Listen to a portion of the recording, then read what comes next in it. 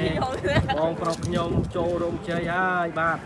បងប្រុសថាច់វិធានបងស្គាល់ច្រើនបាទដែលបើតាមเพจខ្ញុំណាគឺធ្លាប់យកเพจខ្ញុំបន្តពីមានគេ hack បាទគាត់គឺជាខ្មែរកម្ពុជាក្រោមបាទកាលនេះក៏មានវត្តមានធីមឌីម៉ាភរិយាចូលរួមលោកគ្រូសេនប៊ុនថេននិងអ្នកគ្រូបាទតិចមើលអ្នកគ្រូអត់ស្គាល់បាទនេះស្រស់ស្អាតមែនតើហើយក៏មានបាទបងឆាយបាទមានបងឆៃផងបងឆាយផងបាទមានបងបឺតសំណប់បាទភរិយាយ៉ាស៊ីនដល់ណាយ៉ាស៊ីនអូយ៉ាស៊ីននៅខាងនោះបាទចូលរួមបាទកម្មវិធីយ៉ាស៊ីនឃើញគេរៀបការចង់រៀបការដែរអត់កើតរៀបការចង់អត់អត់ចង់បាទបងប្អូនមានអីជូនពរទៅកាន់បងប្រុសថាច់វិធេតអត់បាទ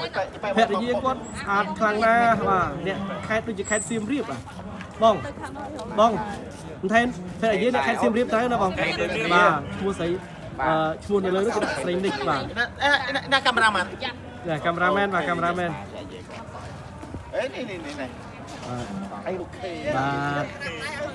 បងសាច់ថាច់ថេនបងគឺជាគេហៅថាបុគ្គលមួយរូបតំណាងឲ្យបងប្អូនកម្ពុជាក្រោមណាតែគេធ្វើជាស្គាល់ខ្មែរកម្ពុជាក្រោមច្រើនបាទហើយថ្ងៃនេះបងនៅក្នុងពិធីមង្គលការជួយណែនាំឧត្តមភរិយាតិចបងឈ្មោះអីដែរបងបាទឈ្មោះស្រីនិចបងដែរបាទដើរដូចគ្នាបងដើរដូចគ្នាគេរត់ដើរបែបសៀមរាបចេះដើរសៀមរាបបាទនៅសៀមរាបនៅខាងណាដែរបាទសៀមរាបនៅស្រុកកលាញ់អូនៅខាងកលាញ់ណាបាទថ្ងៃនេះអញ្ជើញភ្ញៀវកិត្តិយសអីច្រើនអ្នកទេបងបាទគួរសមដែរបងគួរសមដែរនៅខាងក្នុងបងណានៅខាងក្នុងតិចទៀតខ្ញុំចូលទៅញ៉ាំកម្មវិធីណាបងណាអូបងឆៃនេះបាទនេះបងប្អូនស្គាល់ឆៃអ្នក live បាល់ណាគឺ page ខ្ញុំទាំងពីរធ្លាប់រោករាបាទត្រូវបានបងជួយសង្គ្រោះយកវិញបាទកាលនេះក៏ចូលរួមកម្មវិធីបងបាទអរគុណច្រើនបងអរគុណជូនពរបងទាំងពីរជួបតែសេចក្តីសុខសុភមង្គលរកស៊ីទទួលទានមានបានបាទពី admin Sin admin Sin គាត់ដាក់ឲ្យខ្ញុំ admin Sin អរគុណបងអរគុណ